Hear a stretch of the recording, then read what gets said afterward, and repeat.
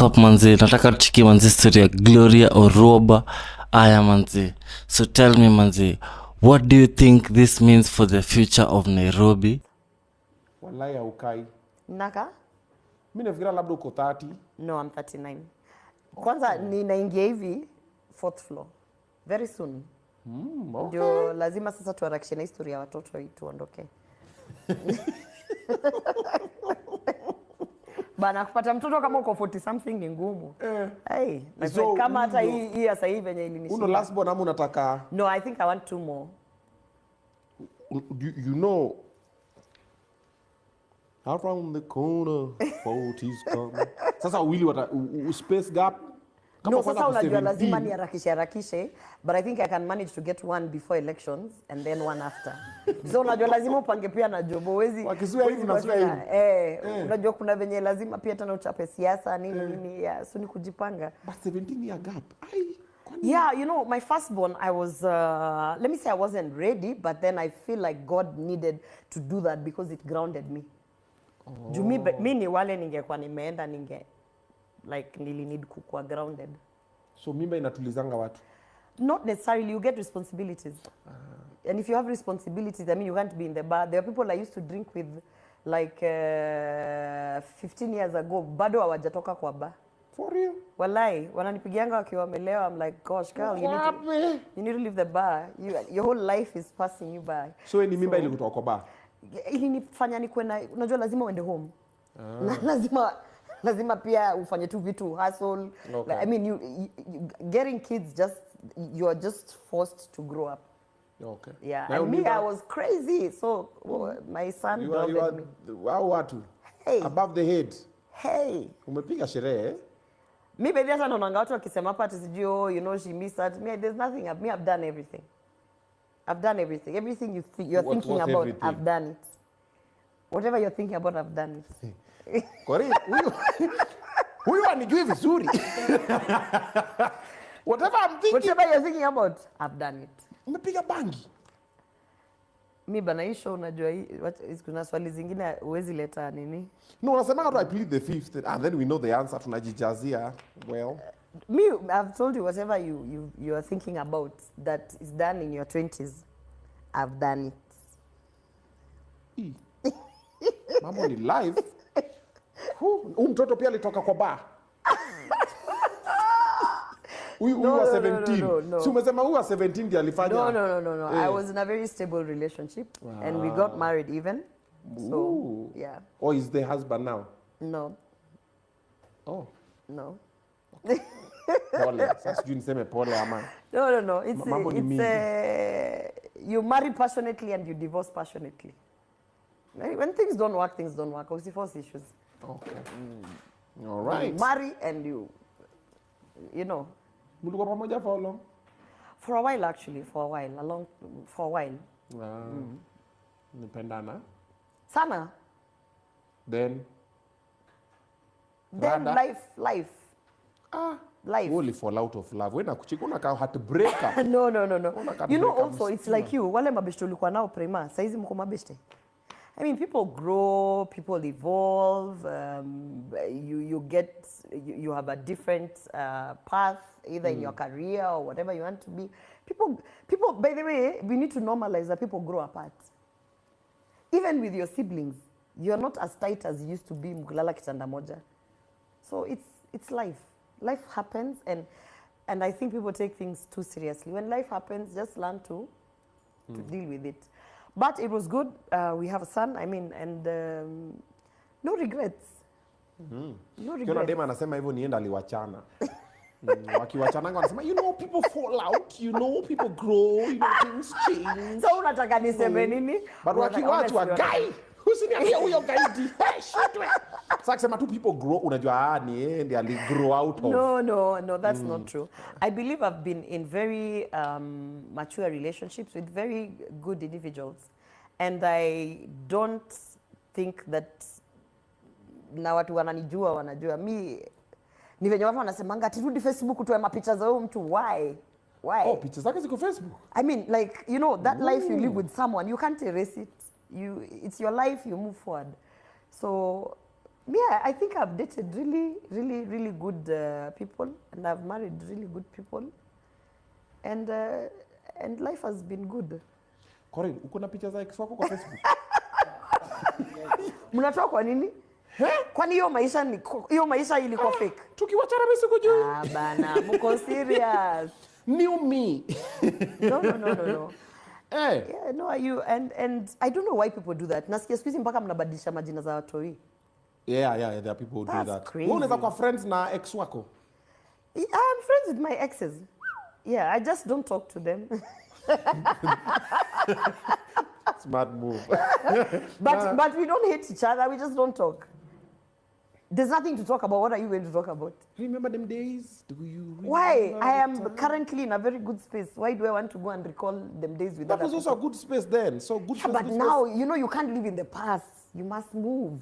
So that was a good space. That, like I've told you, I've dated really good men. And now by the way, I've dated. Dating now ni me date. Yeah, well, like dating. I have dated. Kwani unasema you dating, you date, kwani ni wangapi? You know, there's dating and then there's marrying. Yeah, I've dated. Kwani umedate wangapi unasema dating? Yeah, I mean, not wengi, but si ati nilimari mtu mwenye nilipatana na yeye wa kwanza. Yeah, for instance, I've dated a Luo man.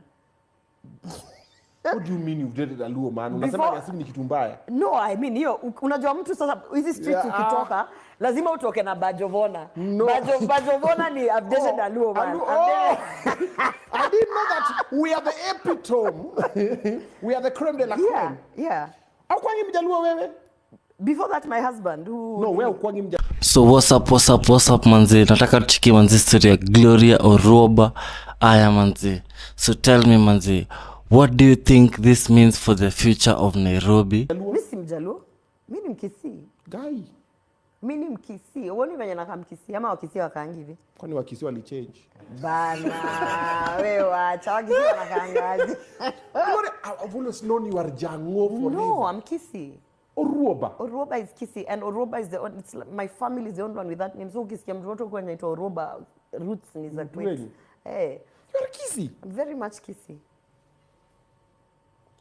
Okay, it's fine. Story for another day. But so you said you dated a Luo. Yes. How was it? Before my first husband, I dated a Luo. Hey, how was it? It was nice. Of course. Yeah. How else could it have been? But ulipatiwa was character nice. nyingine proper. Hapo mwisho sasa unajua. Baptism by fire. Hapo mwisho lazima uambie na by the way huyo muongeleshanga. Huyo actually muongelesha. Akona mabizbizi huku na pale ni nini so But now bana alinipeleka mbio huko towards the end. Akakupatia hiyo heartbreak. Ndio hiyo venye nakuja. Wanasema we love equally and also heartbreak you equally. Kama penzi iko hapa, the pendulum has to swing both ways. Hatuwezi kupenda hapa alafu na kuheartbreakia hapa. Yeah. But me, I think God has really sent me very good individuals in my life. And even when it didn't work out, when I really look at the stories out here, I'm like, bana huko nje, but soko imeharibika. Soko ni mbaya. Soko ni chafu. So Kanjo amelala. They are not cleaning. Mosiria, you. No, me, I can honestly say I think I've been blessed when it comes to that part of my life. Okay. I can't complain. Okay. Congratulations. Thank you. Sasa ulifanya push gift tukapatiwa ring. Nilipewa vitu nyingi lakini this one, you know I love rings. So and this is one of those things that I napendanga. I like rings, I love watches. Hapo ndio nini zangu zucheza when I want to spoil myself. Na cologne mnanukia fiti, mumeingia hapa studio ka change. Thanks. Tulisikia hapa kuna demaliza mati wa Kenya wananuka vibaya bana, nikasema let me tell you. Mimi nayo mtaniwekea hiyo stigma. Mwezi niwekea hiyo stigma. Umesikia hebu Obinna ambia watu venye nanuka poa. Nanukia fiti. Wameingia hapa lakini niko zile za okay. Badio ni cologne gani? This is a Dubai, and you know me I like smelling like food. So this is vanilla. Nilisikia makeki niko zile kwani birthday ya nani?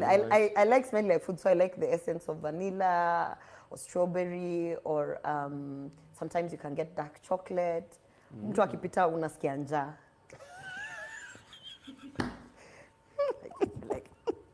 Bana naweza kula huyu mtu, naweza mkula.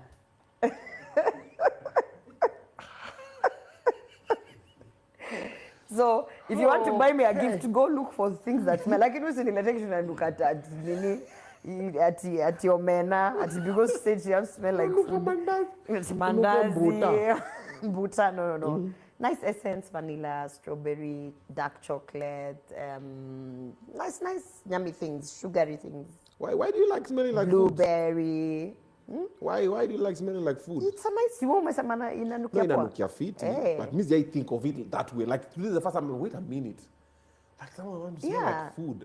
I want to smell like food. I don't want to smell like flowers. Why do you want to smell like flowers? So you can attract bees. No. Bees like bring food. honey. Nah. Look at the end product. Okay, kapala inje saizi unastingiwa hata ujuni maperfume umepaka. I want to smell like food. Strawberry, nice things. You see, now you won't forget the scent. Yeah. Inanukia fiti. Thanks. Huyu alisema ati mademu Kenya sijui hawaogi nini. But that was such a lie. No, now you know when people say some statements on this show, it's their statement. Yeah. It's their truth or not. I don't know, I found that to be so crass. It was so... Yeah, but sasa unajua tena mimi ndio tena ni mbaya. Na mimi hakuna kitu nilisema. Mimi mpaka nikamwambia, "We, utalala wapi?" Tena mimi kwisha. I watched it. Tena mimi niko zile sasa mimi. Tena ningemfukuza ungesikia, "Oh, Obinna na disrespect my guest, amefukuza guest." Ningewacha Pamela mpige, "Oh, Obinna wanapiga." Sasa damned if you do, damned if you don't. That's politics and public life. But watu wanukie kama vanilla. Have you ever seen things move this fast before? Kama vanilla. Kuna wakisi tuko na hapa, by the way. Trust you me, they don't smell like no goddamn vanilla. Hamjambiwa poa. Bwana hamjambiwa poa. Ejo. Wananuka kama mbarambamba. Oh my God. No, wako sawa, wanajaribu. The smell of struggle, but how does struggle smell like? Ushasikia harufu ya pesa imekunjwa hivi na konda. Kale kanondika mzee. Wacha madharau. Okay, let me apologize. Before nipelekwe TikTok. Wacha madharau. Wakisi. Simwachwa jini watu wangu. Lakini kuna wawili wako hapa. Na tena leo niko na wengine wawili baadaye nawaambia kama they smell like vanilla. Aki wala atakuja hapa ananuka kama nini. Ile chakula kisi inaitwaje? Si ndizi tu. Ritoke. Oh, umechange na. Is this really about leadership or something bigger happening behind the scenes? Okay. Si matoke tena. Ritoke. Born and raised where? Born and raised in Nairobi and holidays in Kisii. Ooh, cool kid, eh? Cool kid gani bana? What do you mean? Born and raised in Nairobi, cool kid. But wasaitu wamereziwa Nairobi, mbona hawaiti mimi ndio naitwa cool kid? No, wale wasemanga Nairobi, so ungekuwa Kayole ungesema Kayole. Wewe si wa Kayole. Yeah. Okay, I get it. Yeah. So born and raised Nairobi wapi? Hapa tu ya center. Cool kid. But no, in all in fairness, 1988. Hapana. She was living in Yaya Center. Hapo Yaya Center, hiyo street yote si venye mnaiona saizi. Yeah. Hiyo street yote hizo mahao zote zilikuwa za gava. Ziliuzwa tu later now zikachukuliwa, zingine zikabaiwa na kina Biwot na kina nani. But that street like this ilikuwa serikali. So kwanza we were the poor kids in the rich neighborhood. Because we were in the government houses. Oh, but association aje sasa na bado. Simenda most rich pia nyinyi mko hapo katikati. Wakiendesha bike zao mnawaomba. But you know, you're better off being the rich kids in the poor neighborhood than the poor kids in the rich neighborhood. Juu sasa nyinyi wale wakungojea hapo ati tunangojea kupewa bike ni nini, hamna ball, hamna anything. But we did well. My father did well. He raised us well. We understood quality of life. We turned out well. We were 4 girls. And we've turned out really well. You was a civil servant? He was a civil servant from entry level all the way to deputy chief economist in the office of the president. So ameanza kucheza na president tu suri. Bana Obinna unachoma. You mcheza na president mliza kitambo. No, he raised us well. Yeah. He had his shortfalls, but he did very well as a father. He tried, yeah? Yeah. No, he didn't Do you think younger people are paying more attention now than ever? try. He did it. He did it. He is the yardstick. You know, I see your videos with your kids. Okay. And I go to the comments. Ukiingia pale comment section kuna watu bana, I think Awako. Kai. Wanaambianga rudini Facebook. Yeah. Do you know they're like, oh, Obinna, your kids, oh, the way you show them love, the way I'm like, as opposed to what? Some of us, that is all we knew. Yeah. You know, when you see me the way I am, that's all we knew from a father. We don't know any other life. My father lived for his 4 daughters. So when I see how you interact with your kids, I'm like, this is parenting. This is what's needed. This is the bare minimum. Wachana hizi vitu unaona watu ati wanaenda kuchukua watu hii Saturday wanawapeleka Westgate wanapiga mapicha wanakuja wanaandika sijui Father's Day nini. You can't even see there's no relationship nini. So I'm like, we need to get to a point, guys, understand, like you need to be there as a father. As we have 4 daughters and we were raised by a single father. It's an everyday job. Yeah. And that's nice. I wish more people would take it as a positive thing. Unajua naona watu wengine wakisema oh, he's doing it for the gram, anataka tu kuonyesha watu hapa nje nini. But the truth of the matter, even if you're doing it for the public, those kids don't know any other life. Those kids, when they grow up, you see, like us when we grew up, everyone used to tell us all sorts of things about our fathers. We're like, our father is a very nice person. Because that's what we know. Yeah. He's very nice. He's there for us. He comes for school functions.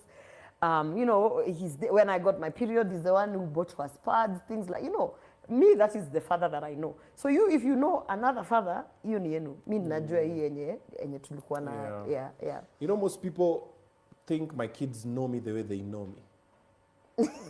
What do you mean? So how do they know? Like the version my kids know is different from the version people know. Oh, people yeah, obviously. Know Oga Obinna. Yeah. My kids know Dad. Yeah. And Dad is different. Dad is like this, Dad is like that, Dad is a friend, Dad is a protector, is a provider, Dad is this. So when you people see, you're like, oh, you know, I'm thinking, like you said, some people think, oh, it's fake. I'm like, it's fine. It's fine. Whatever you think that you need. Provided the kids are like, exactly. Nayo. So kudos to that, to your dad and all the present dads out there. Yeah. I know most dads tunabiwangwa usicheze na watoto. Toto atakuzoea. Our parents were, okay, at least mine was like that. My dad was ever there. If you talk to any of my sisters, yes, he was strict and he used to beat us up, which was normal those days. But he was also the loving father that right now when I sit and I look back, I'm like, no wonder people used to think we are weird. Because now when I watu wanafikiria bana wase na ni warembo wanne na hawana madhawa yuko nini, you know, like from as far back, like our last born sister, I'm pretty sure my dad literally wiped her ass when she was a kid, you know, when you're potty training. I'm 100% sure because I was young, so she's even younger than me. Okay. So now when we are out of it and we are not living in that bubble where he's protecting us, is when you're like, oh my God. By the way, no, now I understand why people used to think we are weird, because their fathers never used to be there for them the way our dad was there for us. True. Yeah. True. He was a single dad. Yes. Oh wow. Single dad, died single, has been single. Why? When mom left, he said he's not remarrying or something. I don't know. You know those ones amungeongea as kids there. Yeah. Mi wangu ananulizanga we. Sasa mama megeuka. But also one thing that he never did, he never badmouthed my mother to us. In fact, for us, like for me, my mother never existed because you just never heard about her. Yeah. And till he died, he just never did that. And what happened is when we grew older, we got to experience our mother and know who she is. And then you make your own judgments. Join the dots. And then we all have different, those who have relationships with her, it's different. You get what I mean? Yeah. But he never used to sit down and tell you, Mama yenu ni mchawi. He never ever, not once. Most dads don't, because you know it doesn't change what is. 2025. Most dads don't. I said most.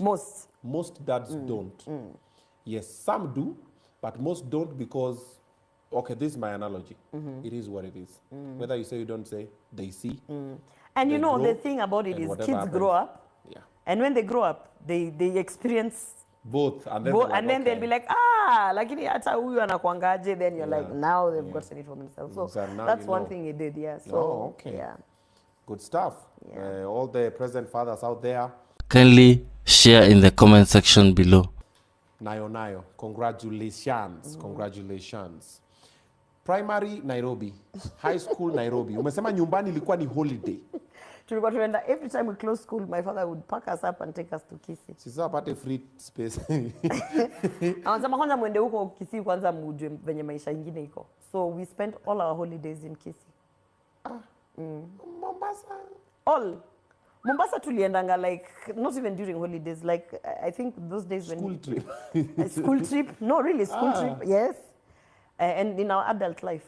But sisi kwa tukifunga shule Kisii, Sameta straight express and then munaka huko mpaka the day before school you come back to Nairobi. Old school dads. Kitambo wazazi walikuanga hivyo by the way. And shags kana umaliza. Which one was your high school? St. George's Girls. After network penye iko. State House Primary, that's where I went to primary school. Right next to it is State House High School and then St. George's. Yeah, I was in State House Primary. Nini mbaya na State House Primary? Hakuna kitu mbaya, ni kwenye tu sasa cool kids. Kore unaona? Let me tell you, when education used to work, yeah, this is what used to happen. Ngoja If kidogo, you live around, ngoja. if you live around, Pause.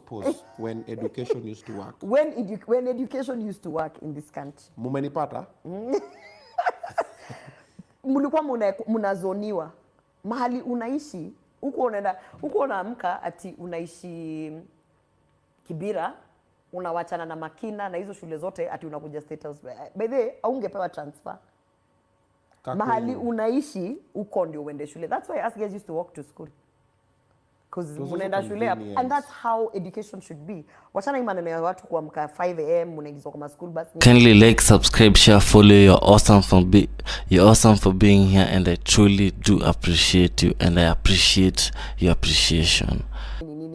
When education used to work, where you live, the schools around you, you go there. But there's this thing for even for watu kuandika mashule, like my son just did, kuandika mashule anaweza taka kuitwa ama kuenda.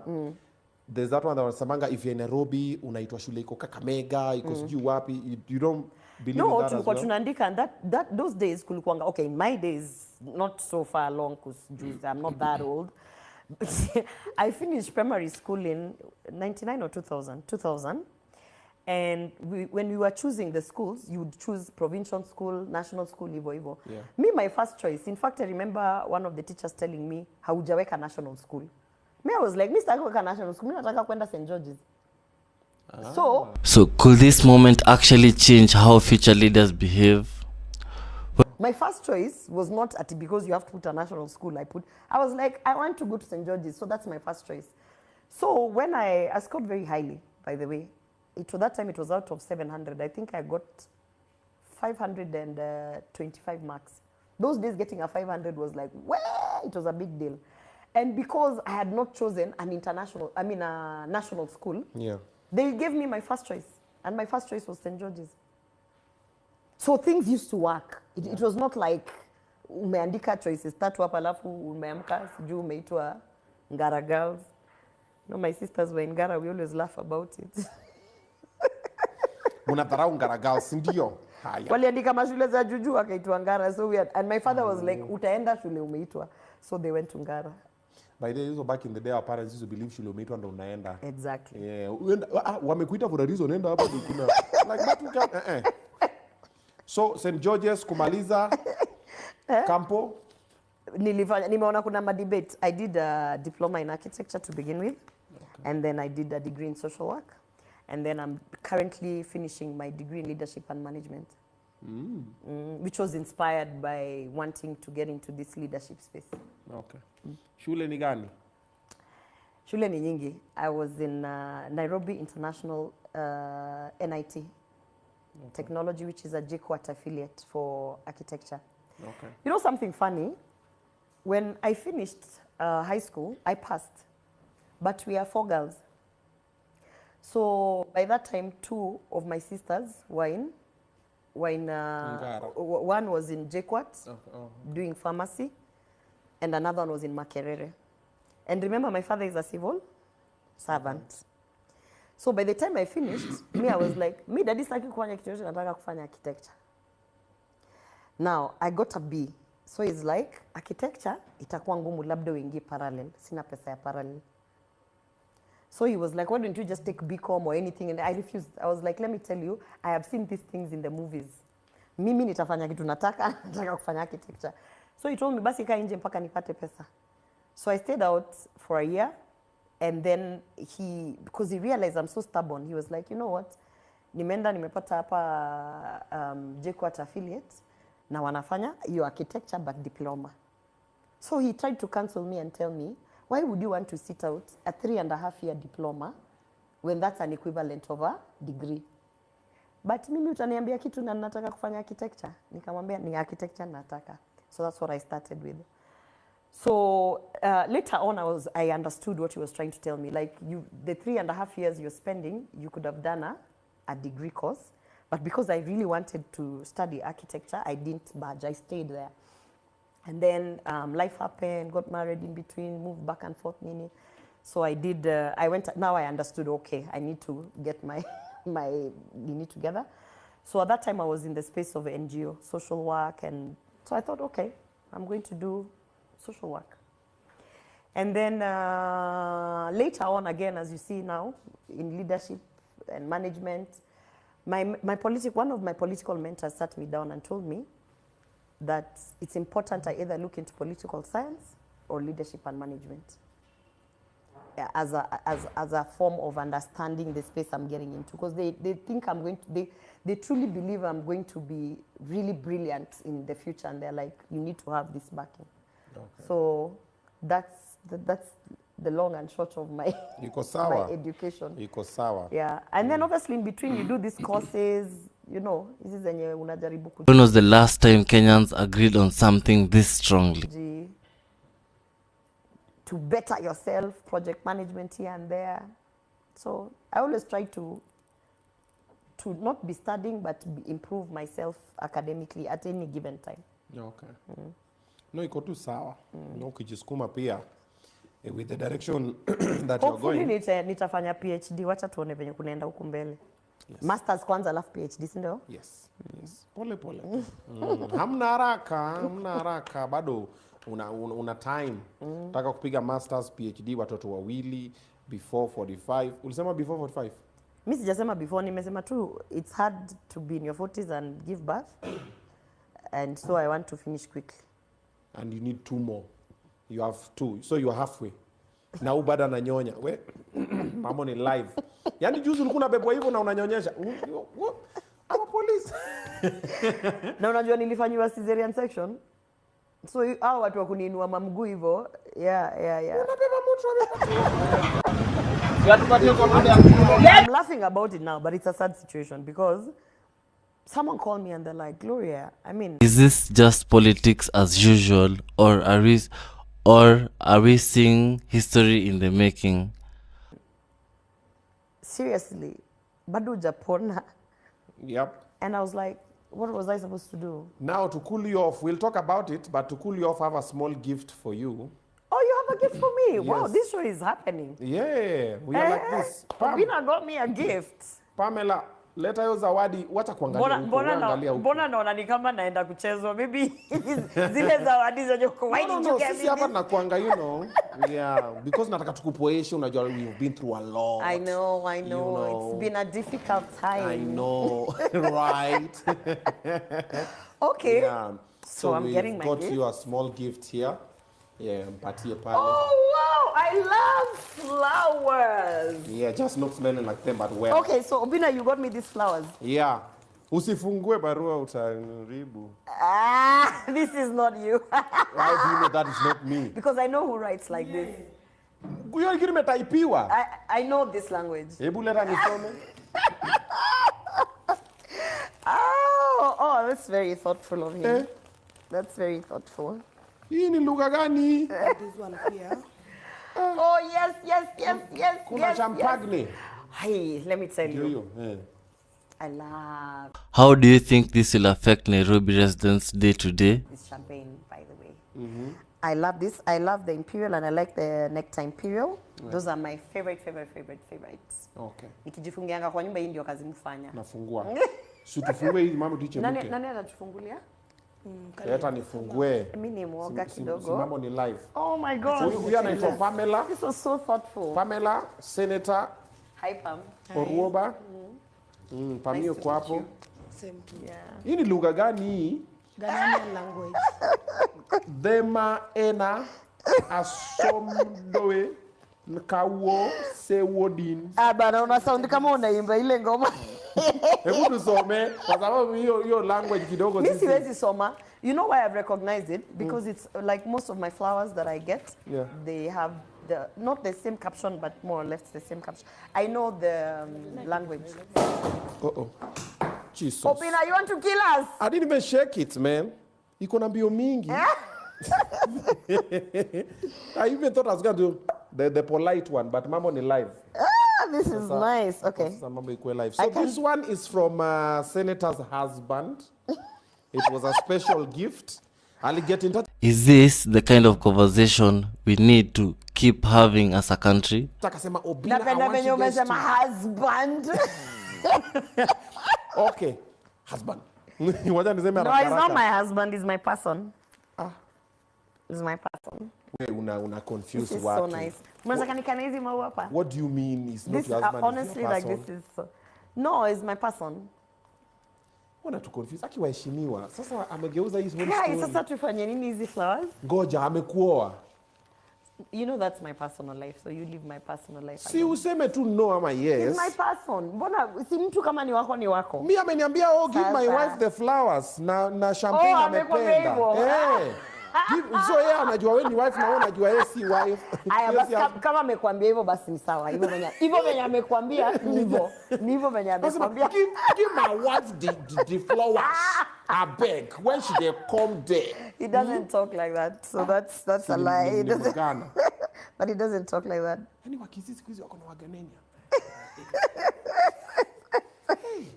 Good stuff. And I'm sure Abujongea niko almost 200% sure. Ask him now. Alinipigia kanambia my brother. Hakuna mpigie basi kama ameku. If you're in Sakaja's shoes right now, what will you do? Tell me in the comments. Pigia. Bros. Ambia where should they Who's come? giving us the glasses because I want to have Pamela the ameenda kuleta champagne. usiogope. Inakuja yawa. Yawa. No, this Umependa was champagne so hivyo? nice. Yes, Yeah. yes. So amesema tukwambie Thank you. love will never die. Amesema roses are red. Hakuna grass. Ongeangi vitu kama hizo. Ongeangi vitu Okay, kama hizo. amesema sorry for the police. Oh my goodness. No, this is nice. I'm in a good mood now. Na amesema tonight there's another gift waiting for you. You know where. Amesema tukwambie hivyo. That is such a lie because none of those things are in that vocabulary. Unitrust? Mimi nakwambia kama mmeongea kwanza umpige simu. I'm sure mjeongea. Mimi sitaki I'm sure kusumbua bosi. umeongelesha- Mimi sitaki kusumbua bosi. So I'm niambia sure umeongelesha. she's doubting. Pamela, si you just nini? No, mimi sasa unajua situmiangi. Umeniletea mpaka yangu na mimi. Mimi nimeshika mwami. You don't like champagne? I don't take alcohol. You don't take alcohol? No. I take alcohol. Yeah. We've noticed. Yeah, sasa si mimi uniletee sparkling water pia niweke hapa tu.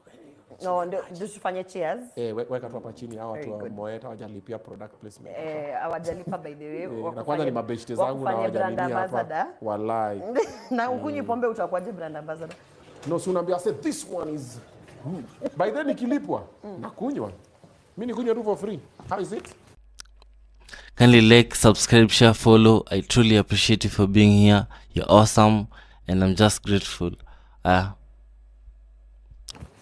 It's nice as usual. The person who introduced me to this moet is that person, and I've never looked back. Kwani ulikuwa unakunywa nini pia? Bana mimi nilikuwa demo wa Manaps huku nje, Napoleon Brandy nini, chokora. Nimekunywa kila kitu hapo nje. Nimeanza kukua fine polished juzi. Unasema wewe ulikuwa unapiga viva. Unajua viva. Zile za massage. Unafanya hivi. Unajua kama pure water. No, but those days you were young. You know, when you're young, you don't. It wasn't about the brand or what. Yeah. It was like we need to go to the club and dance. I need to get a little tipsy. You know, those days, end game. End game. The end justifies the means. game, Is you man. getting you fizzy? Yeah, but you know nowadays we don't drink to. I don't drink to get drunk. I have to like what I'm drinking, and then you know, pia unajua lazima kuna mali ukitoka ukigrow up urudi tena kukua mtoi. Yeah. Yeah, so Drink to enjoy. I drink to enjoy. I don't need company. Yeah, I actually like what I drink. Yeah, and I love. You don't champagne. like what they drink. Yeah. But hata kitambo tuko tunapenda kile tunakunywa. Yeah, unapiga tu. Chapa very quickly afu unaenda club. Mbona ningapo ulikuwa mtu wa keg. Keg, bana nilikunywanga keg Clubhouse. You remember when they used to sell, I don't know if they do it anymore. They used to sell that Ile mbuguru. ile kubwa alafu mlikuwa mnakuja sijui mnanunua watu wangapi. Bana. Me, I've done it. I told you whatever you are thinking about, I've done it. Oh. Sorry, I forget. So now I'm in the next phase of my life, which yeah. If you're enjoying this, please make sure to hit the subscribe button. Wacha to cheers. Very nice. You see, it's also bubbly. Thank you. Bubbly. This is Okay, nice. what are we cheersing to? Life, good health. And more money. And Always. happiness. You don't need more money, wealth. More wealth. Wealth. Don't ask for money. Money is small. Wealth. Well. Do you? Wealth, happiness, and when confused. Good health, Good health, Happiness. good happiness, and wealth. wealth. All right. Not To money, us. wealth. Yes. You know, the person introduced me to. Obinna anakuanga fala sana. Si mtu lazima kuintroduce me by the first time nilionja sparkling water nilichukia. And now you can't do without it. I love it. It's an acquired taste. And it's one of those things where you need to grow up to appreciate it. Yeah. Ukisikia mtu anakuambia I don't like sparkling. Ukisikia anakuambia I don't like sparkling, hiyo majina kwanga bado haja grow up. Mpe time. Unapiga sparkling water alafu unakunywa maji normal ndio kiu ishe. By the way, what do you do for fun now? Sisemi then mambo yako ilikuwa ni Now I sleep. for fun. Yeah, I like- umegonga 40. No, I sleep. By the way, Sleep for fun. like you'll be calling me and you'll be like, oh, sijui nini nitakwambia nianze kuangalia. You'll say, can I get 3 hours of sleep kidogo? Alafu ndio as in I'm actually like it's a way. Reboot. I love sleeping. Okay. I love champagne. And I hang out with a very small circle of people, a dot. Any circle, it is so small, it's a dot. And we drink a lot of champagne. And gossip. We gossip a lot. We like gossiping. We gossip about everything. And everyone. Yeah. Actually, last weekend we were at my house. We were gossiping about Patelo and D. We were like, let me tell you, ikifika mwisho na hao machali hapa nje by the way tunaenda kutafuta tu boys. Walai. Korir, hebu jitokeze. Simama. Inuka. Mbele. So you don't miss more stories like this. Mbele ya Gloria. Let me tell you. We watched Patelo and D. First ilianza tu kimchezo, some conversation. You know we are all 40 and above. I'm the youngest in that So ni wa mamas. tuko wamadhe hapo na tuko Wako na na watu kakirus. wengi we are established Wako na kakirus. Okoril bado. So ikaanza tu convo fulani nikamwambia you guys you've not seen that nini Patelo and D shwa shaika Patelo and D tuna watch. You know how you open a Pandora box? You start with the Obinna Show and then you go look for them in the YouTube shorts. Then mpaka tukafika bana we were by the time we left that hangout all of us I'm sure when we were sleeping tulikuwa tunasema wakudumu wata Top shota. we were so let me tell you we like that's what I do for fun. Kumbe huko juu ni kubaya hivyo. Bana soko imechafuka huku nje Mbona So umesema tupige machain 3, Korir. Silver 3 Maugoro. grill.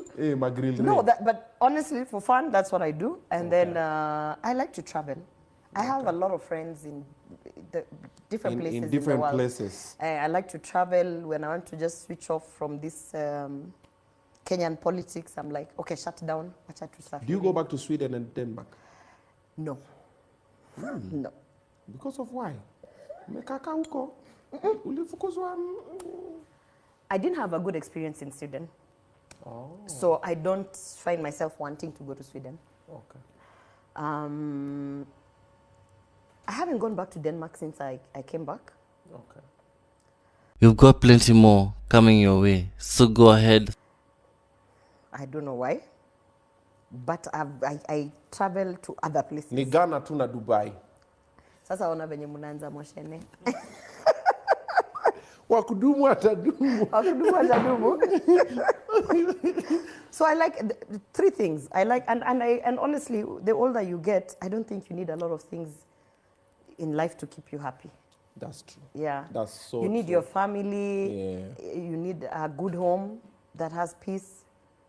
And then, you know, as long as your kids are happy, I find that your life is fulfilled. Yeah. Yeah. But I don't need much. In fact, these people list my team and the others in the around. Wananiambianga wananulizanga natumianga nini pesa yangu juu. Hakuna plan. Huko tu. It's not like I go out shopping. I don't like shopping. You don't like shopping? I don't like shopping. Umeolewa? I don't like shopping. There's a woman who does not like shopping. I don't like shopping. Korir, unajua ni jackpot.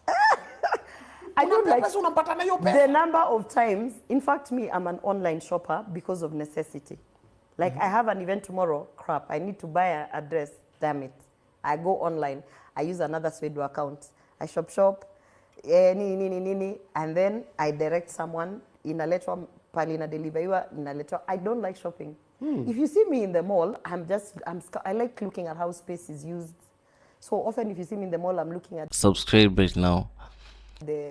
unajua hii space ikoaje, mall ikoaje. Like for instance, I can tell you why Village Market Mall is doing so well than many malls including Two Rivers and what. Hiyo ndio kazi yangu, naendanga comparison ya traffic flow, lighting, to me that's like a nice thing to do, you know, like, oh, this restaurant is nice but they should have moved it here, and they've brought this one here, oh, I see why Java took that one, but that's like more of a pastime. But ukiona kwa mall lazima shop. So nguo mbai leo. Nimekuwa na nguo for long. Oh, isho umedharau. Amesema akikwanga na mali important kwenda last minute, lakini amekuwa na nguo for long. Wacha nikuulize, nguo zangu hizi za flowers ningeva wapi kama si hapa kwa Obinna? Unajua hizo zingine usini manipulate. No, nakwambia tu kweli. Sasa obvious hii nguo hata kama ni zile siku za kwenda status. Kwa Mwafrika singeenda status. Join the family by clicking subscribe. It really helps us grow. Na nguo ulikuwa kwa Mwafrika ukava vingine bana. Kwa Mwafrika nilikuwa nimevaa kitenge, lakini mbona hapo kuvaa kitenge, mbona hujashonesha? Sikuwa nimeshonesha hiyo, hata nilikuwa nayo for long. Kwanza ibede wewe unafaa kufeel more special. Juani nimevaa nguo, unaona hadi nimeonyesha miguu. Mimi nilikuwa na shangaa, nilikuwa nafikiria kwa Mwafrika huko. Mwafrika. Iko nene. And Mwafrika's show. Yes. Anyone who's never, I broke my virginity at that show in terms of podcasts. Yeah. And it was so comfortable. I didn't even feel like I was like, it was weird because alikuwa ananiambia show iko hapa, sasa nikaingia, show iko hapa, like hauku understand until after you've done it, you're like. And apparently that is the one show that I've done that has the highest impact. Yes. In telling my story and a lot of things which I didn't realize Kenyans don't know a lot of things.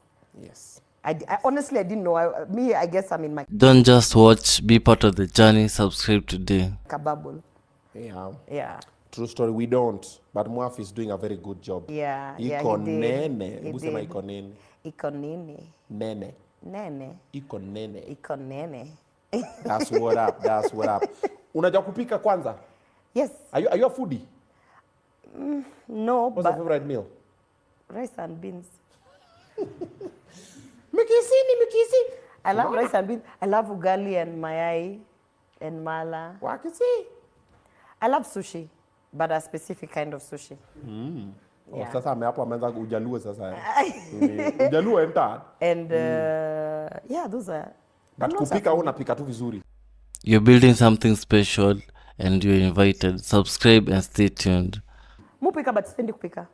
Like I know how to cook. I can cook. I can make you anything. By this one you can ask anyone. I can cook. And this is the funny thing. People I've had in my life cook. Like My exes, they cook. I learn from them. Dating chefs. Okay, I'm dating chefs. I learned a lot of cooking from my ex, both exes, but I don't like cooking. Like I can cook. I'm a good. I can in the kitchen, but You have I an can. idea. Not an idea. I'm really good at it. I just don't like doing it. So we are building something special here. Subscribe and stay tuned. Why? I don't know. I find it like sweeping the floor. It's like it doesn't stimulate anything it doesn't stimulate my mind. It doesn't Kupika. Imagine nasikianga ni kama mtu akiambia leta kifagio ndio nitafagia vizuri, but it's like it's a bit of nonsense work. You know, like I need stimulation. Sasa kama upendi kupika na kuosha vyombo? Ndio hiyo. Okay, when was the last time you washed a cloth bus? Every day. Kuosha nguo? Yeah. Kwani una washing machine? Me, there's some clothes I wash with my hands. Oh. Tumekupata. Unajua ni brand ambassador wa pad. I wash my underwears. Okay. Yeah. Iko sawa. Tulisema tutakupata. Wanawashianga suruali. Si unaweka kwa washing machine? Ew, bila kuosha. What do you mean you? Si you throw them pale ndani. Hapana. Ai bana, suruali unarusha tu hivi kwa washing machine na mashati za watu. Hapana, si unaziweka peke yao. Kwani yao ni moja? Washing machine mzima hivi na run tu suruali 3. Mbona ni 3? Acha. Kwani unaingiza kwani una suruali 2 weeks ndio unaziosha kwa washing machine? Si suruali na vest. Unanuka. Let me tell you. Osha tu suruali yako na mkono. Si unaingiza na vest. You're building something special here. And you're invited. Subscribe and stay tuned. Suruali na pajamas, vest. boxers na vest inaendanga together. Obinna, osha tu suruali zako. Unaosha tu suruali alafu ndio unaiweka mali nini. Sawa. So unataka kunisho ati sasa kama tungekuwa together sasa masuruali zako zingekuwa zinaingia na hii rinda yangu huko kwa machine. Yeah. Maflowere. Ew. Unaingiza box ya white inatoka kama ni purple. No, I do most of the work in my house. Yeah. Okay. I make my bed. Yes, ni kawaida uko nolutkuo ne? Hiyo nini? Ile mwiko ya kutakini. Haji kwa nini? Sina takini tu. Na hizo makucha? Yeah, they're not too long. Oh. Okay. No, I do most of my work. Okay. Yeah. Swadakta. I'm a normal human being. Haya, this normal human being needs to answer this last question and then sasa tuingie sasa kwa sasa the elephant in the room. Okay. What's your search history like? My search history? Oh, shit. It's very awkward. Later tuangalie. In fact, it's very awkward. Like it ranges from building equipment. Oh, wow. To baby stuff, baby rashes and diapers, to Netflix reality shows. Na ikiendaenda huku pia tumeingia menstrual cups. I'd love to hear your thoughts, so kindly comment below. It's an awkward mix. Yeah, very awkward mix. Okay. Current read? Oh, I'm not reading anything right now. Movie? Current movie? I'm a latest, the one you've watched. I'm the one you're Oh, the latest watching. thing I've watched is Hostage. On Netflix. I loved it. I like watching these political things, nini things. What else? What else am I watching? I watch a lot of documentaries. So what do you think about this? I've watched did you watch the documentary for, he's called Jesse Smollett? I've seen it. Have you seen it? Watched it. Miss Squeezy movie. Watch that thing. Oh my God. But I know the story was like, though. Wow. What you know is not the story. You know the fake story. All the fake news that is in this country. I don't know how many documentaries you already put out. You Dave Chappelle Ali. Bana, ya Smollett, let me tell you. Yeah. Apparently that whole thing Your opinion matters. Let's talk in the comments. wasn't fake.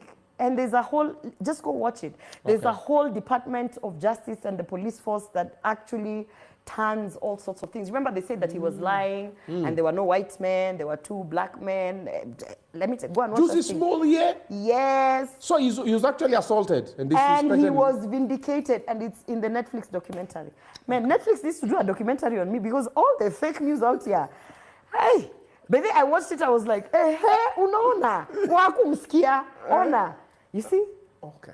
So yeah, that's the latest one that I watched that I saw it about a week ago. Niliona imeka like, okay, I'll get back to you, but I know your story. Oh no, you pretend. You don't know that story. Go and watch it. Oh yeah. So it's. Do you agree or disagree? Comment below and let's get the conversation going. It's an eye-opener, and it reminded me of a workshop I went for. They were teaching us on the risk, what do they call it? The risk of a one-sided story. Yeah. Basically, you don't know the whole of it until you know the whole of it. Until you know the whole of it. Alrighty. So those are my latest TV nini. Then obviously unajua naingianga Obinna ni watch nini.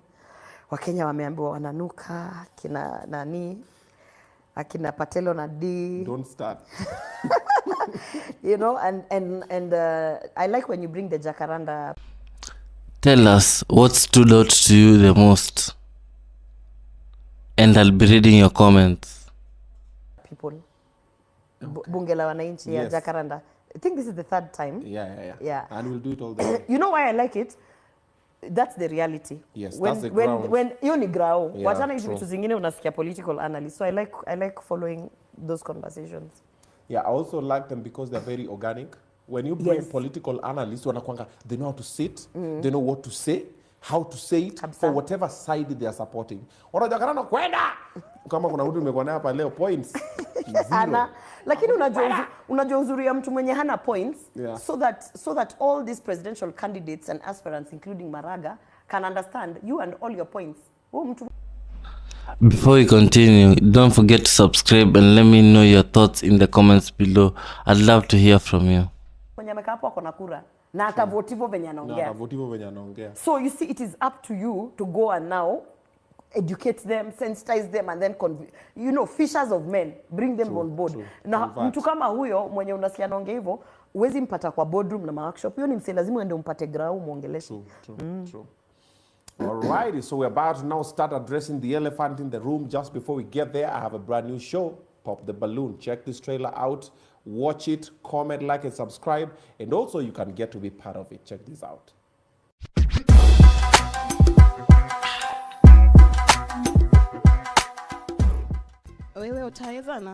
So manzi, kindly like, subscribe, share, follow manzi. You're awesome and amazing for being here, and I truly do appreciate you. So even high school, when I came from Chilaimbo, then I went to Busakami High School, we still had stigma around periods. So when dem alikuwa ananyesha, cheki, people didn't understand. Ama wanafikiria mtu ni mgonjwa.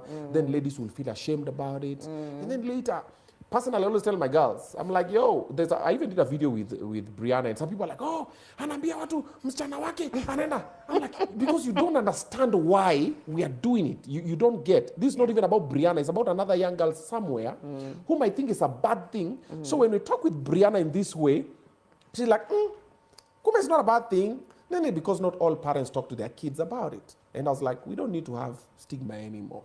And I'm glad that at least you're drawing attention to it. And a couple of other people are doing it. So together, even as we have an initiative for mental health, for menstruation health, awareness, and also we also donate some pads. It's known as Pad Moja.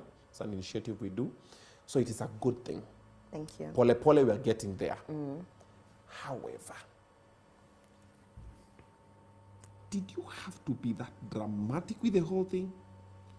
The first time I saw you, who live at Rosa White? Muvanga trousers are white. Who kajipaka rangi? So thank you for everything. Manze, be blessed, be awesome, be amazing. Sikujipaka rangi. Glow. Sikujipaka rangi. Gloria is me.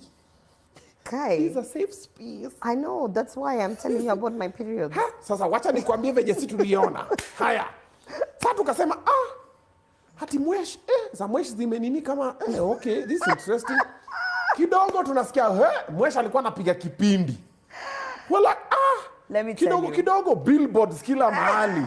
We're like mwesh. Is there some money from somewhere that tunataka kucontrol?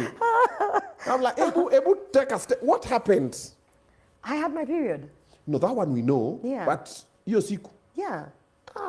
By the way, that whole thing had nothing to do with periods. I was fighting for my Senate vice chair position in ICT. I'd been told they want to remove me on that day. Otherwise, I would have gone home to change and maybe the story would have taken a different trajectory. Na kwenye wasinataka kudonate, for those who want to donate, kindly you can donate via Sendwave, PayPal, nini. Details ziko hapo kwa, the details are on the screen and the pay bill is there. So kindly, I'll truly appreciate every coin and every subscription. Kindly share, subscribe. You're awesome for being here. Thank you. Boza. But you have seen me fighting, right? When and when I'm fighter, fighting, I am so tunnel visioned to you get me don't know out your of dates. there. You don't know your dates. What do you mean you don't know your dates? I will say it. Ujui hii tarehe yangu inakujanga tarehe My fulani. periods are not regular. Oh. Not everyone has regular periods. No, I know. Yeah. But sasa if you know you don't have regular, si unakuwa ready. What do you mean if you know? So unava pads 24/7? Hapana, So si unakuwa ready standby. aje? Unakuwa ready aje? Si unashuku tu. Si kama hiyo ilikuwa standby. By then that's what I'm telling you. On a normal day, had it not been for them threatening to take away my vice chair position, ningeshuka kama nimejifunika nende nikachange nyumbani then nirudi. The only difference was that at that time I was like, let me tell you, hao watu wanataka hiki tu sasa ndio like nikirudi alafu mko mmeni. There was a lot going on. That's the only difference. And by the way, you can never be ready for a period. You can be ready, you can pack it, but unless you're going to wear pads 24/7 or tampons throughout, every single woman you know in your life has had a period accident. I know. Lakini mwesh. Si day one inakuanga ni sports. Bana hata saizi sports gani? Saizi naweza mkapa ninaweza kwa nimeswahilizi vitu zeni my friend. Usija hapana ja. Hatuna budget ya kitu kingine. I'm just telling you, Lakini it doesn't mwesh. peak. It's not like you'll be Which is told fine. every Thursday at 4 p.m. But sports. What do you mean Day sports? one. Day one to But they won. Okay, for me, I don't know. We've discussed this with like my friends. For me, day one is the worst. Like the dam opens. For real? Yeah, for me, day one is bad. Like I can't have sex on day one. It's bad. Are you getting? It's like it's heavy. Like it's not good. So, Aya, let me understand this. You're defending your seat. Your Yes. position in the So Senate. there was rumors that we are having changes in committee, and nilikuwa na wichantiwa, and I was in such a space, and the whole idea was I needed to go in and convince whoever needs to convincing in that committee, or at least those days I was stupid enough to think that's how it used to work, that I'll convince people not to remove me or not to vote me out. Okay. And so I was determined not to go back home. I felt like if I even left for 2 hours, I'll come back and they've taken the thing away, which was actually a fallacy because the thing had already been taken away by, the cartel that runs parliament. So then later when it came out the way it came out, I'm very resilient. I tell people, resilience is not just the ability to get back up. It's the ability to get back up in record time. Like kitu kikufanyikia leo, saizi, you're not going to cry over it for 100 years. The ability to bounce back, make the best out of it, make lemonade, So I'm a very resilient person. So for me, what you were seeing on that day was more of resilience than anything. And because I already knew they were going to make a mockery out of it, because media was already like, and I thought, okay, yeah, whatever, Kenya mzima itaongea about it, we'll move forward. I didn't think that it will go international. That to me was very shocking. My friends were calling me from Europe, and I'm like, shit. Okay, this is not even, the way we had said, Kenya wataongea ishe, then we'll move forward. That for me was now the scary part. Okay. And that is what now pushed the other things in motion, because I remember the day after, the next 3 days, I was very this was my first big incident in the public, and I didn't know how to handle it. And I was getting mad at everyone and annoyed. And so whatever advice I was getting at that time, I was acting on. So even the billboard came from the weirdest, strangest place. Someone who was trying to console me and tell me, kwani nini, blah. In fact, I'll put up a billboard for you. And I was like, thanks, but no thanks, nini. And then he put the billboard in Jogoo Road. So kujua billboard ilikuwa inawekwa? In fact, what happened, because they were trying to console me and tell me, but you've been working on menstrual equity. Why are you getting so anxious, and what will people think about you and the images? Why is this upsetting you the way it's upsetting you? And I remember saying, because I don't want the initiative to be watered down. I don't want people to take me like a joker, comedian. I want to be taken seriously. Akini console, akaniambia, so how serious do you need for this thing to be? Because I can put a billboard up so that people can take you seriously. Then, in that night, because I'd already done a documentary in Kibera, and they were aware of it, this, at least my inner circle. So this individual asked me, by the way, for the documentaries, you guys did a couple of photos. I said yes. And then, because he really liked the t-shirt that I had written, anything you can do, I can do bleeding. I wore it when I was doing the documentary. So he asked me, can you send me a photo of you in that t-shirt? So I sent. And then, actually, the first photo I sent, because it had so many things happening, akaniambia, wewe kwenda huko, chukua hiyo t-shirt uvae, uende usimame hivi, pali utapigwa na light, unitumie. So you know me, I'm just like, whatever, this guy is working on my, because they were supporting me on my documentary and things. So nikamtumia. Then the next thing, on Jogoo Road, in fact, even my staff didn't know about it. I got it from Twitter. There's a guy who put it on Twitter. And how you know, I would have never agreed for that photo to be on a billboard. That photo was bad. I looked so bad. But that was the photo that was on the... My first photo on a billboard was a photo that I would never have picked. So it came up as a result of people trying to assure me I'm on the right path, turn this thing around, and turn it around like this. Like lemonade. And their message more was, be brave about it. You keep telling people to be brave. Why are you not being brave in this instance?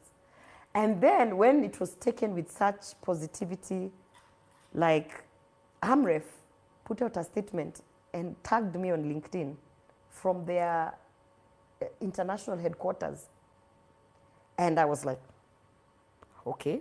And then they wanted to have a meeting, and because they're doing a lot of work around sexual reproductive health and rights. And then UNFPA called, and then, so I was like, oh my God, this guy was right. Oh my God, this guy, so nikarudi moyo. Then now, you can now see from that billboard to the next billboards, they start becoming like, I'm actually thinking about it as I'm intentional. Because the first billboard was, even the messaging was a bit crass and whatever. And then you see the next billboard, now we are more intentional. Okay, we are ending the shame. The next, so you now start seeing them evolving. Because now it was like, I am embracing the idea. But otherwise, it was like, I mean, if there was a time in my adult life I was terrified, it was those 3 days. But now you see, now hata sijui mfanye nini, you see, bana, thick skin. I've gone through so much since then that the anxiety that I had, now I don't have it. Okay. Yeah, I don't have that anxiety anymore. Ebu, let us know if you believe what Mwesh is saying. Wake up all Davido. Wake up all. Do you believe the period story? Wake up hivyo. Naongeza hapo period. Period. Yeah, full period. stop. Yes. Yeah. Yeah, so weka, and you know, I'm so glad that you know, now looking back. So your period weka in quotes, because now we're talking about the other one. See, ingine ndo watu wasifikirie. So do you believe the period story? Yeah. I'm so glad that happened, because it opened so many, even for me, it made me feel like, okay, you know, I wanted to champion ICT because I've been in that space, you know, and when I entered Parliament, I was like, ICT, even the statements I was bringing to the floor of the House were ICT. Now when this thing, the period thing came, which I was still working on in the background, not as a major thing, then there was a realization, okay, you know, maybe this is the one God wants you to True, to push. true. So I made it work, and I'm so happy because Obinna, the work I've done since then till now, I don't think, I know we have a lot of period champions who have been at it for years, Yes. by the way, many who have been in this space before I even came into this space. And I always give them their flowers. But what that incident did was it highlighted their work. It's because of that incident people started understanding in depth what all those champions have been doing for years. True. Otherwise, before that, they were just being taken like, you know, oh yeah, easy to our mama. That's true. But now it was like it mainstreamed the whole process. And Obinna, one of my greatest achievements, I know we'll reach there to talk about my achievements, is when the finance bill demonstrations were there. And one of the three main messages was taxation on pads. I felt like men are going to the streets to hold banners, don't tax pads, men. Boys are going to the streets to say, we don't want our girls to suffer if you know. And for me, it was like, in wherever in Africa will you get a whole nation to now pay attention to periods? So for me, I said, this is good. You can never take those flowers away from me. Okay. Yeah. Do you give out free pads? I do. I Where? do actually. Many schools, many institutions. Like now, you've mentioned your place. Probably when we leave here, my team will be like, oh, we'll give you. It's been, since then, I can't leave a place without getting a request of, give us 150 pads or 200 pads or 300. Yeah. Production. Are sanitary towels produced in Kenya? They're produced in Kenya. Like good quality ones? Yes, and let me address that. Okay. Let me address two things so that you cross that off your list. Okay. One of the biggest, fakest news that has been out there about me is that I was pushing to get taxes imposed on pads during the finance bill. And I'm glad that many things happened and I can look back without anger. Yeah. But as I told you, Obinna, when I came here, it has been a smear campaign from the moment I entered Senate. I actually came to find out that there are newsroom editors who are on payroll by people in parliament just to smear my name and my brand. During the finance bill, this will tie two things. There was a lot of misinformation, but the first misinformation that I can tell you was taxation on pads. The first proposal they had put was taxation on all imported products, not only pads. The idea was that they want to put in an eco-levy tax. Eco-levy means, for instance, Obinna, this is my phone. In here, there are some elements that are oh, that's my sister. She wants to go in. So, eco-levy means that in here, this product which we've imported, there are some elements that are in this phone that once I'm done with this phone, if I throw it away, it will be upon the government of the day to get rid of that wasted produce. Okay. Now, because we don't know what is in this phone, the eco-levy that is put assuming that there are some functions in this phone that we will have to deal with either through electronic wastes or plastic waste or whatever waste that we are dealing with. So the government has the responsibility to get rid of those things once you're done with them. Okay. So now that tax was being imposed on all imported products at the beginning of that conversation. And then many people went in and said, we don't want this tax because if you impose it, this is how our margins will go. It will be pushed back to the Kenyans.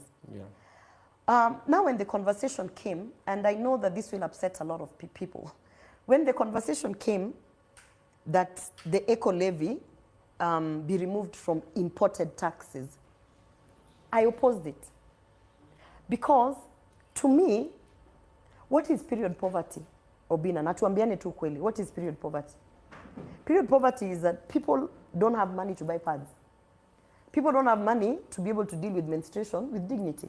Why don't they have money? They don't have jobs. Why don't they have jobs? Because all their jobs have been taken to China or Rio, Dubai, Saudi, wherever you're saying. We don't have jobs in the country. That's why every day we are always pushing for cottage industries and manufacturing so that we can bring our jobs back to the country. When they said that we want to remove the eco-levy tax from imported pads, I opposed it because I said, and I know this for a fact, most of the people selling pads in this country, they go to China, they buy the lowest quality finished product at maybe even 7 shillings per packet of 6. They come here, they package it with their brand. And then they sell it at 80 shillings. So 2 things have happened. First, they have robbed Kenyans of jobs because when they are going to China to buy, it is in China where the manufacturing jobs are.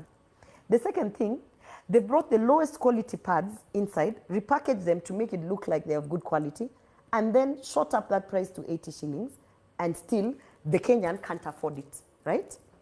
So I said, and this I stand by even today, eco-levy taxes should not be removed from imported pads.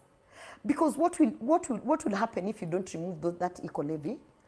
Those importers, they'll now feel the pinch and that profit margin being lowered. So the first thing they'll do, they'll start looking for which is the cheaper place to go and get these pads without having to be slapped with the eco-levy. So they will now come to the local manufacturer. Now, Obinna, during the finance bill, the first fake news that was being slapped about it was that, number one, I want taxes imposed on pads because I want to punish women and girls. That's not true. Number two, they kept on saying that there are no local manufacturers. Obinna, every single sanitary pad that I distribute, the ones that I purchase with money given to me by donors, I purchase from local manufacturers. Local manufacturers meaning they manufacture everything here. The only thing they bring in is raw material. When I went to the finance committee at that time of the finance bill, I explained to them, what you need to do is exempt all and every tax from the local manufacturer so that they have the advantage of creating more jobs and creating good quality pads, which we can track. By the way, the local pads, if you have a problem, you just go to the factory and they know that they can be in sheets, so they make sure that their product is good. When we buy pads for the Ministry of Education then, So what's up manzi, nataka tuchiki manzi story ya Gloria Orwoba. Aya manzi, so tell me manzi, what do you think this means for the future of Nairobi? Wallahi haukai. Naka? Mimi nafikira labda uko 30